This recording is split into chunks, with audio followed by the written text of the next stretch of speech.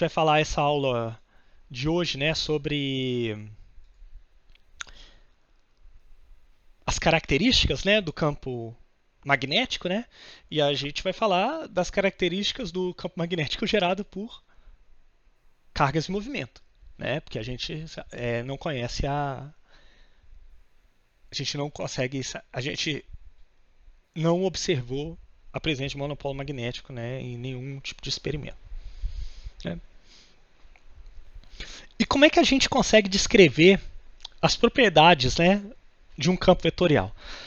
Se a gente souber como é o rotacional desse campo, como é o divergente desse campo, a gente consegue saber todas as características dele, né? Vocês fizeram isso no quadrimestre passado ou anterior, né, em Elétron 1, para o campo elétrico. E hoje a gente vai fazer a mesma coisa para o campo magnético.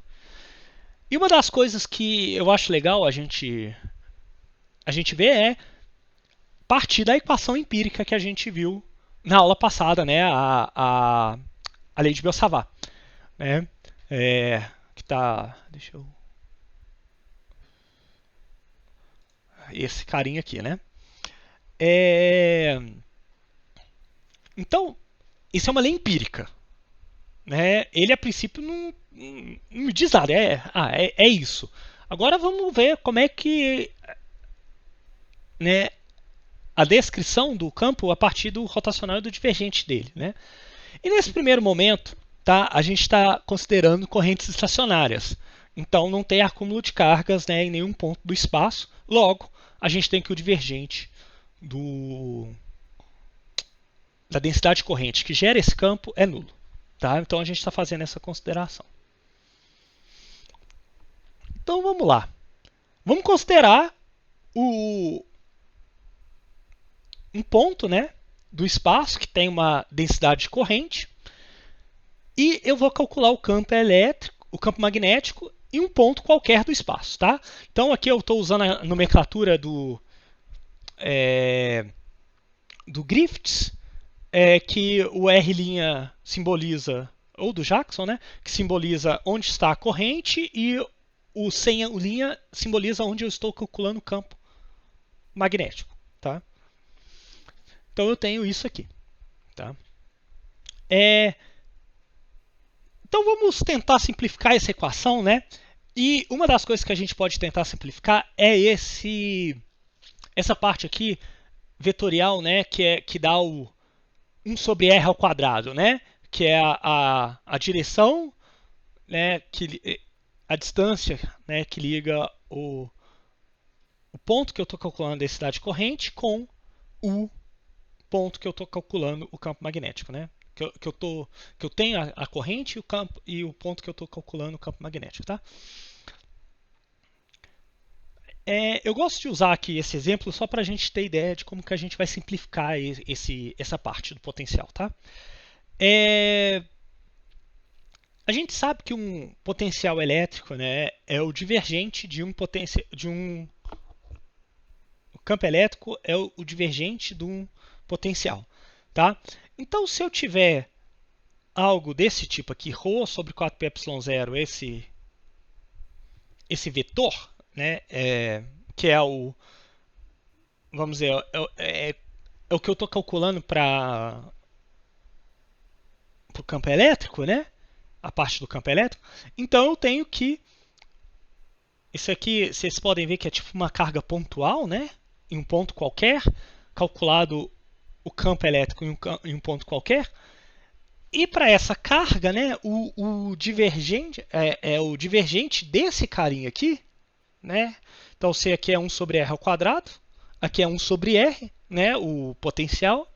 Estou pensando numa carga pontual, né? Então eu posso passar para cá o divergente. Então eu tenho que o divergente é só isso aqui. Então veja que isso aqui, esse divergente de 1 sobre r menos r', o módulo deles, é igual a isso aqui, né? Então eu tenho que isso aqui é verdade. Então eu vou pegar isso e substituir na minha equação de Biot-Savart. Tá? Então aqui eu fiz uma manipulação matemática para simplificar as coisas. Ainda não parece estar simplificado, mas vocês vão ver que a gente vai chegar num ponto interessante. Né? Beleza, então eu tenho isso aqui. Isso aqui, que é o... Eu consigo descrever, né, usando a identidade que é o rotacional de uma função, né, vezes um vetor, né, é dado por isso aqui, né, que é a função vezes o rotacional desse vetor menos o produto vetorial do vetor vezes o gradiente. E veja que isso aqui, né, é exatamente o que a gente tem aqui dentro. Então vamos usar essa identidade para reescrever a equação de Biot-Savart. Tá? Então, reescrevi aqui. Então eu tenho esse cara aqui sendo esse meu primeiro termo, tá? E esse aqui sendo o meu segundo termo. Tá? Agora vamos olhar independente esse primeiro termo e esse segundo termo. Tá? Então eu vou pegar o segundo termo. Esse segundo termo ele é zero. Tá? Por quê? Lembre-se que aqui eu estou... Esse divergente, tá? esse gradiente, ele é em relação a R. Só que a densidade de corrente, né, pelo desenho que a gente tem aqui, ela só depende de R'. Ela não depende de R. Então, esse rotacional dá zero. Porque a densidade, para qualquer valor, para qualquer densidade de corrente. Então, isso aqui é nulo. Alguém ficou claro para vocês porque isso é nulo? Sim. Beleza. Então vamos pegar agora o segundo termo. Igual eu mencionei, esse segundo termo, esse primeiro termo aqui, esse nabla, né, esse rotacional, ele é em R, não em R'. Então, ele é uma variável diferente da integral que eu estou fazendo. Logo, eu posso tirar esse rotacional para fora da integral. Então eu tenho isso aqui. Então veja, aqui a gente já tem um ponto. O campo magnético gerado por correntes, ele é proporcional a uma função que é rotacional de algo. Se é rotacional de algo, quer dizer que o divergente de um rotacional é zero sempre. Então, o divergente de um campo magnético sempre é zero. E vocês lembram que se o divergente de um campo é zero, quer dizer que ele não tem descontinuidades, né, no espaço. Se ele não tem descontinuidades, isso já implica em duas coisas. A não existência do monopolo magnético, que lembre-se que cargas, pontos, né? As cargas no espaço, ela gera descontinuidades do campo, né, elétrico, né? Pontos de divergência do campo elétrico. E mais do que isso, então se não tem esses pontos de divergência, quer dizer que as linhas têm que ser fechadas. Então veja que a gente só com o divergente de B a gente já tem algumas características do campo magnético bem definidas. Ele não ter descontinuidades no espaço e a não existência do monopolo magnético. Tá? Beleza? Então vamos continuar. A gente calculou o divergente. Né? A gente acha que... diga. Você não tá gravando. Você não tá gravando a aula. Tô sim. Já tô gravando. Tá? Beleza. Eu só esqueci de avisá-los. É que não, geralmente aparece ali em cima transmitindo, ele sabia? Ah, Então você não, eu pega. gravo a minha tela, eu não gravo pelo RNP, não, porque eu prefiro. Eu tenho mais controle. Beleza? Beleza, então desculpa. Não, tranquilo. É bom vocês me avisarem, porque a gente estaria perdendo a aula. A gravação da aula para outros alunos que não puderam vir. Então, a gente calculou o divergente. Tá? A gente geralmente chama essa equação, né, o divergente B, de a lei de Gauss do magnetismo, né, igual eu coloquei ali no nome do slide. E aí a gente agora vai para a lei de Ampère, que é o rotacional do campo magnético. Então vamos calcular o rotacional desse campo. Né? A gente chegou nesse ponto aqui, né, que o campo magnético é definido por um rotacional. Então vamos fazer o rotacional de novo. Então vai ficar agora o rotacional do rotacional, né, para a gente encontrar quem é o rotacional do campo magnético. Vamos lá, então. O rotacional do rotacional é meio complicado a gente calcular. Então a gente calcula usa essa identidade, né, do rotacional, que é bem comum, né? Vocês já viram ela sendo usada em vários outros lugares. E aí aqui eu coloco o meu problema. Né? Então, esse primeiro termo, né? Veja que eu tenho o gradiente, né, do divergente. Só que esse divergente é da função j sobre r menos r'.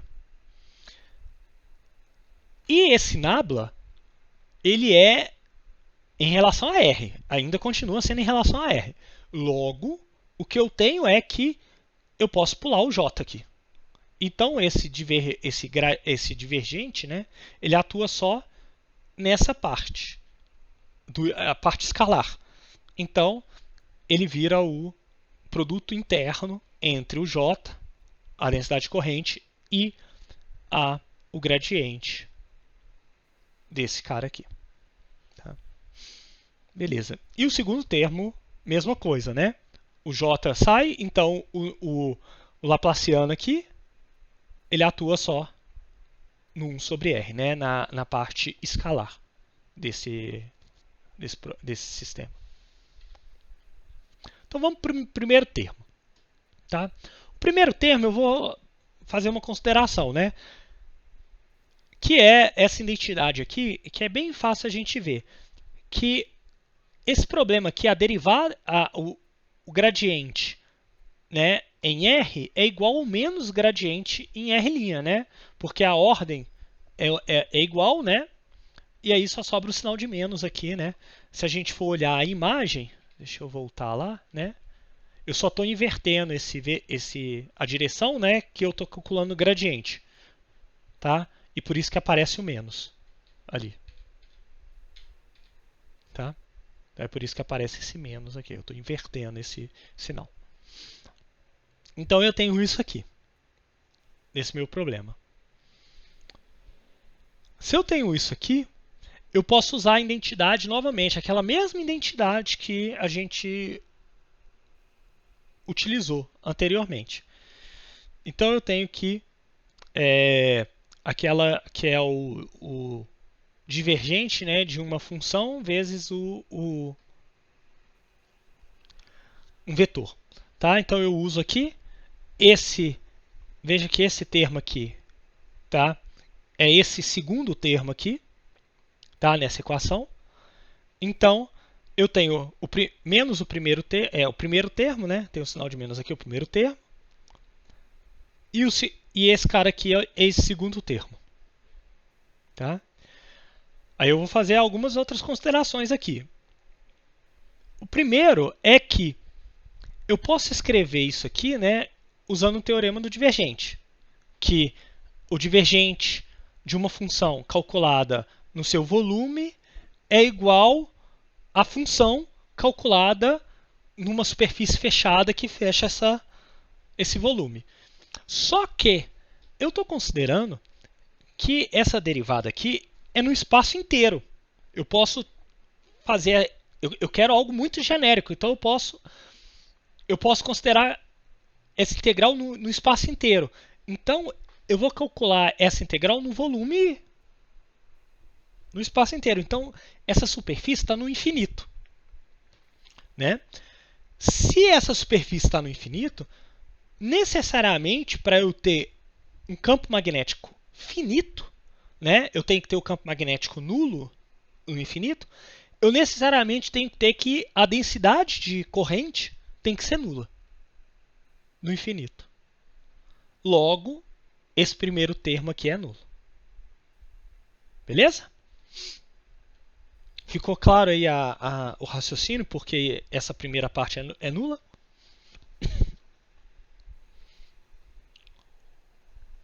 Beleza. Vamos para a segunda. A segunda, a gente está considerando que as correntes são estacionárias.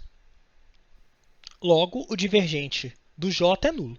Então, o divergente de J é nulo, logo, esse primeiro componente aqui é zero. Agora vamos descrever esse segundo termo. Tá?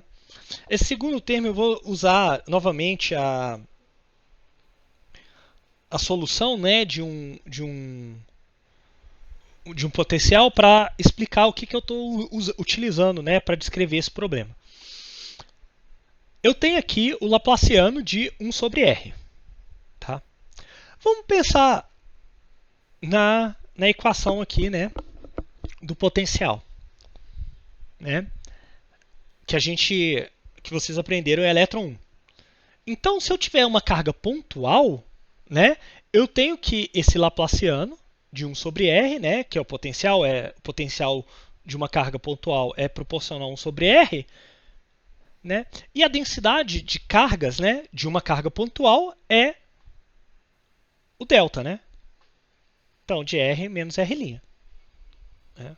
Então, é isso aqui que eu estou considerando. Né? Então, se eu tenho uma carga pontual em R', o campo elétrico, o potencial e uma posição R é proporcional a 1 sobre R menos R'. Então, é isso que eu estou considerando aqui. Então, eu estou fazendo essa identidade aqui. Tá? Então, isso aqui me define uma identidade. E aí eu vou substituir, então, esse Laplaciano de 1 sobre R por menos 4π, esse delta. Né?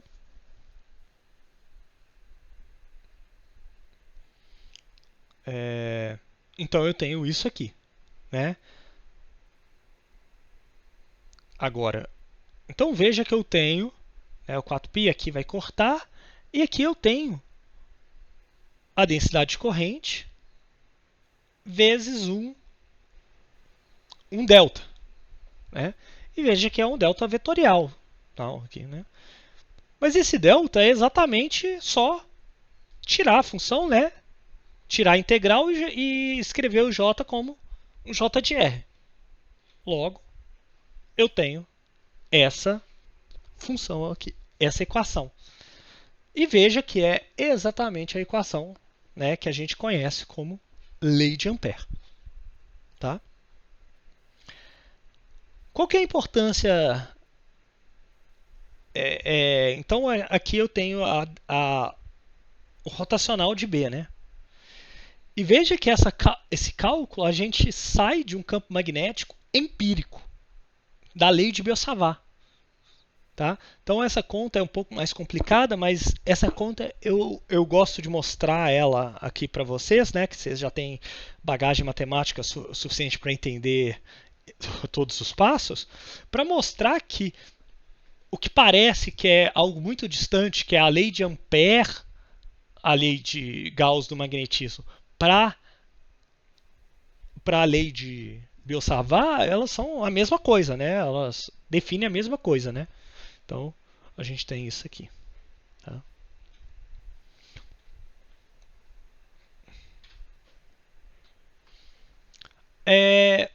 Aí a gente só fazendo, né, que é a forma que vocês geralmente utilizam, né, em problemas, a lei de Ampère, que é a sua forma integral. Então, a gente pode considerar que a carga interna, a corrente interna, né, é dado por uma integral de JdA, né? Então eu posso substituir aqui no esse J, né, pela lei de Ampère, né? Então o rotacional de B sobre μ0. E aí, eu usando o teorema de Stokes, eu tenho então para um caminho fechado, aqui eu estou usando o teorema de Stokes, né? Então, para um caminho fechado, eu tenho que isso é proporcional à corrente interna que corta a superfície definida, que tem como borda esse caminho. Tá? É importante a gente ressaltar aqui que essa superfície é qualquer superfície que tenha a mesma borda. Eu gosto de dar o exemplo de uma garrafa, né? Que se a gente pensar na garrafa, a borda da garrafa, que é a tampa, né? Eu posso pegar num copo aqui, assim, só para dar o exemplo, né? Não sei se eu estou... o copo aqui. Então eu posso pensar na borda aqui do copo como sendo o meu caminho. Eu posso pensar que a minha superfície é uma tampa que fecha esse copo, ou eu posso pensar que a superfície é o próprio copo, né? Então as duas têm a mesma borda. É isso que eu tô falando, que é qualquer superfície. Então pode ser qualquer superfície mesmo, tá? Se eu pegar essa imagem aqui, né, do desenho ao lado, eu tenho então que eu vou andar por essa superfície em uma direção, né? Então eu tenho uma direção de rotação dessa superfície, e pela regra da mão direita eu defino qual que é a direção positiva e negativa dessas correntes, né, que atravessam essa área definida por esse caminho. Logo, então, aqui nesse desenho, né, I1 e I3 são positivos e I2 é negativo. Se a gente pensar nessa corrente interna, né, que cruza essa superfície, eu tenho que é a soma delas, dado que o I2 é negativo, dado que está numa direção trocada, contrária à definição que eu defino como positiva da minha corrente. Tá?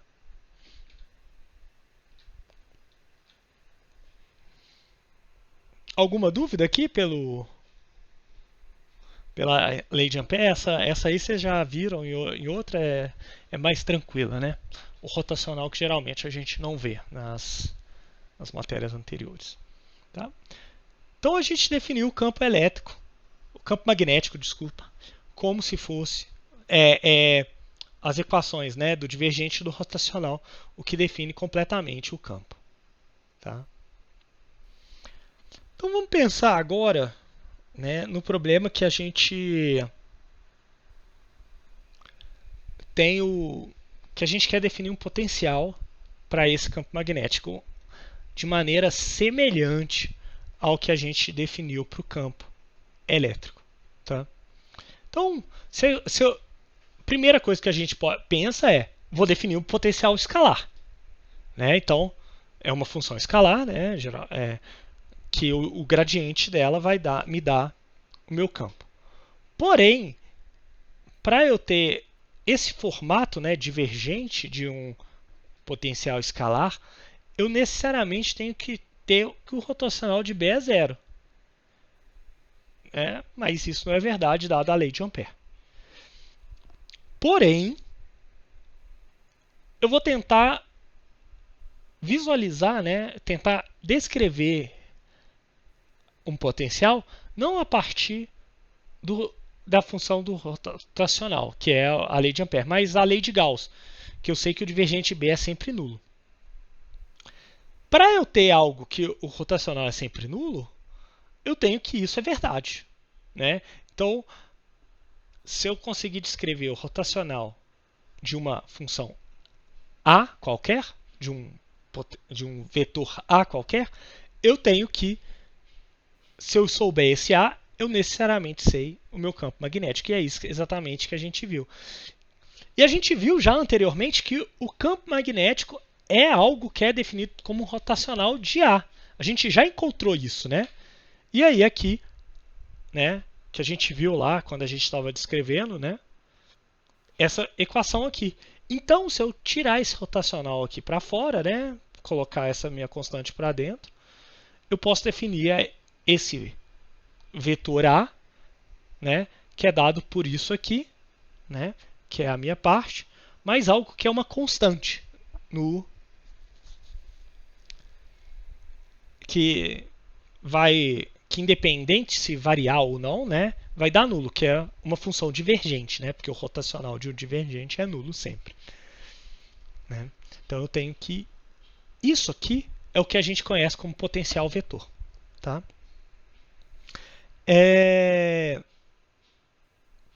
O que é esse cara aqui? É bom a gente explicar isso, né? Porque quando a gente está falando de um potencial, pensa no potencial vetor, potencial escalar, né? O potencial elétrico. A gente sempre pode definir ele a menos de uma constante, certo?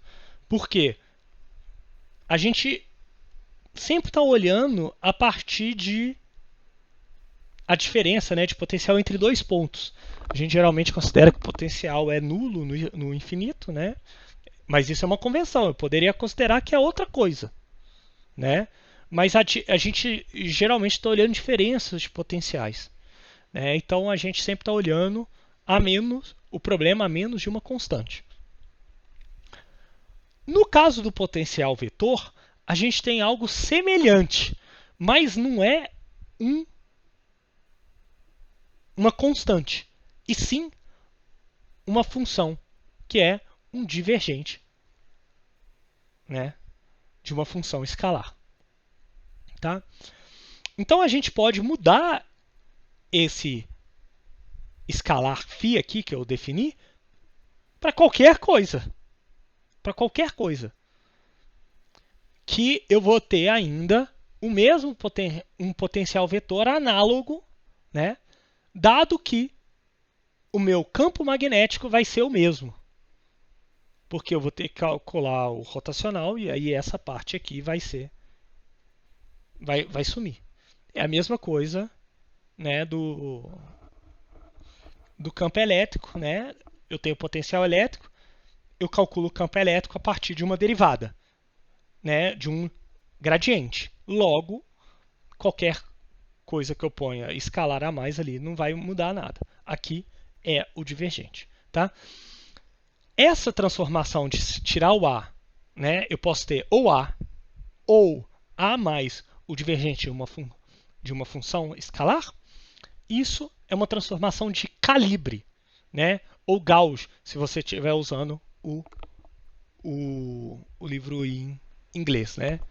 Então, esse Gauss, né? Então, calibre é o Gauss. Então, a física tem que se manter a mesma para diferentes calibres, tá? E é isso que eu estou fazendo aqui. Então, eu posso considerar que essa função é zero, né? Então, considerar só o A, ou considerar que é uma função qualquer, aí eu tenho outro calibre. E eu transformo, né? Eu faço uma transformação de calibre.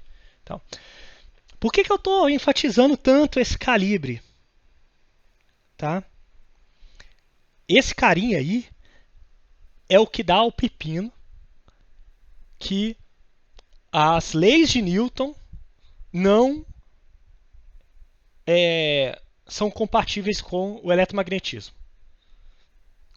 E por causa disso, né, então as transformações de calibre, por exemplo, ela deveria descrever as transformações de Gauss, de Gauss não, de Galileu, né? As transformações de Galileu, da física clássica. E não acontece. A física muda aqui. E aí você fala, não, a física tem que ser a mesma. Então tem algum outro problema. E aí, por causa disso, vai dar na equação, na relatividade de Einstein. Tá? Então, a importância disso para a física é absurdo. Então, essas transformações de calibre. Então, é onde vai desembocar na relatividade restrita. Tá?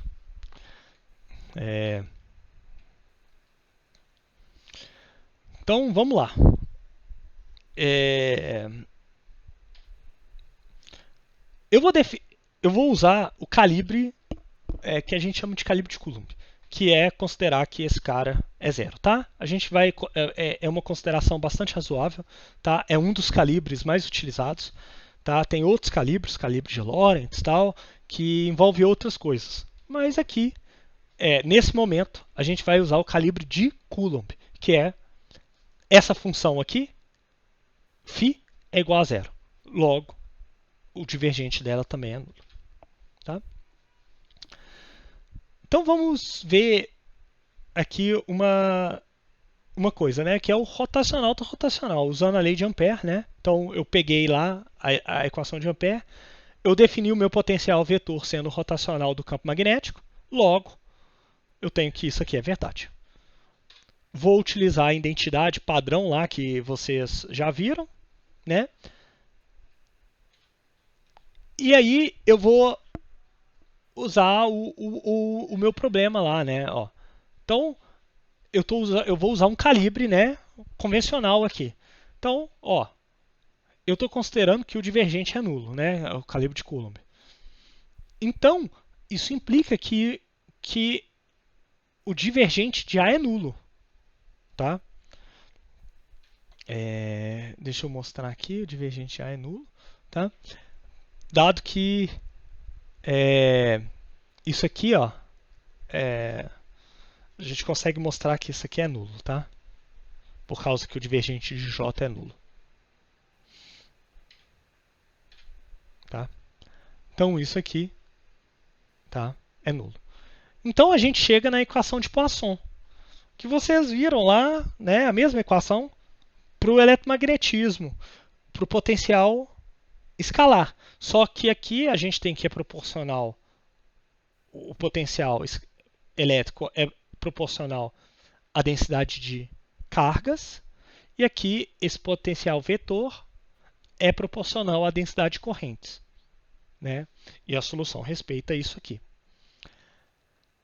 E olha que legal. Isso aqui me mostra que eu posso separar essa equação em três equações escalares, né? Para cada componente, AX, AY e AZ, que vão ser proporcionais a JX, JY, JZ. Então eu tenho três equações iguais, idênticas ao que vocês viram lá em Elétron 1 para o potencial escalar. Então, todas as técnicas que vocês viram, a gente pode usar aqui para o nosso potencial vetor. Então, por mais que pareça que, mas eu tenho um campo vetorial, e aí eu estou escrevendo outro campo vetorial, que é o potencial vetor. Isso não vai me ajudar em nada nas contas? Vírgula. Porque eu consigo quebrar em três problemas escalares que as componentes não se comunicam entre si, que é algo que o campo magnético não acontece. Então veja aqui que, por exemplo, se eu não tenho densidade corrente em uma direção, eu já posso escrever que isso é um divergente de A igual a zero, né? Que simplifica ainda mais, né? Então, e aí a gente chega nas equações de Laplace, né? Se eu tiver um pedaço do espaço que é zero, a densidade corrente, né? Aí eu só olho as condições de contorno, né? E aí as técnicas que vocês viram para resolver a equação de Laplace valem para cá também. Então, a gente pode fazer a equação de Laplace para cada componente. O problema aumenta, é 3 vezes maior, porque eu tenho que resolver para cada componente, mas as técnicas são as mesmas, né? Então, facilita muito. Tá? Então, é como se eu tivesse 3 potenciais escalares, né? Ao invés de 1, mas isso já facilita as contas. Tá? Então, todas as técnicas que a gente viu, que vocês viram anteriormente, a gente consegue usar. Tá? É isso que eu queria falar com vocês nessa aula. Tem mais uma coisinha aqui que eu quero que é uma coisinha que é aqui eu estou fazendo as contas. Ficou claro para vocês isso? Que é separado, são três, como se fosse três potenciais escalares desacoplados aqui. Sim. Isso é a parte importante. E aí agora eu quero definir o potencial vetor para uma espira, que é a corrente, né, para um fio fino, tá? Então eu vou separar esse cara aqui em duas partes, tá? Então eu vou considerar esse produto, esse elemento de volume dividido em duas partes, que é, se eu pego um cubo, né, eu vou considerar um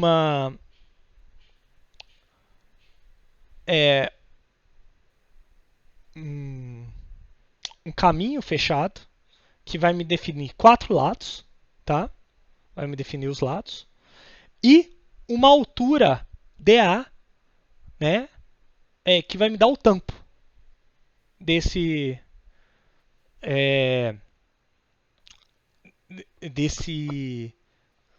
desse cubo, tá? Então é isso aqui que eu estou fazendo.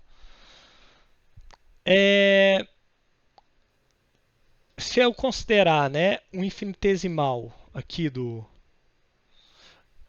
que para esse pontinho, né, para esse espaço, eu tenho que a densidade de corrente não varia no espaço, que é bastante razoável, porque eu posso definir esse pedaço de espira, o quão menor, o quão pequeno eu queira. Então, esse cara aqui vai ser fixo e essa área, então eu posso tirar esse cara dessa integral dA, porque eu estou considerando tão pequeno quanto eu queira, então não vai mudar no espaço. Então eu vou ter que essa integral aqui. E aí essa integral é a minha definição de corrente, né? Então eu tiro ela aqui. Então eu tenho aqui o potencial vetor por uma espira, tá? Aqui a gente também pode fazer a consideração que esse dA é tão pequeno, né, para um fio, eu considero o fio tão pequeno que para aquele pontinho não varia a gente não há variação, tá, dessa densidade de corrente, dessa corrente. Então ela fica fixa e aí a gente pode trazer ela aqui para dentro sem se preocupar com essa integral aqui, tá? Então eu tenho isso aqui. E aí veja que a gente tem esse mesmo comportamento, que o potencial vetor é na mesma direção que a corrente aponta. Tá bom? Agora, isso é tudo que eu queria falar com vocês nessa aula. Tá? Aí na aula que vem, na terça, eu vou falar sobre... Vou dar alguns exemplos do potencial vetor. Tá? Eu não dei exemplos da lei de Ampère, porque a lei de Ampère, vocês vão ver, é o padrão, não tem muito o que sair. Então, nos livros já tem praticamente todas as possibilidades. E aí, com os exercícios que estão na lista, vocês vão ver que está tudo... Vocês vão cobrir todas as possibilidades de contas que a gente consegue fazer com a lei de Ampère. Tá bom? É isso então, pessoal. Tudo de bom para vocês.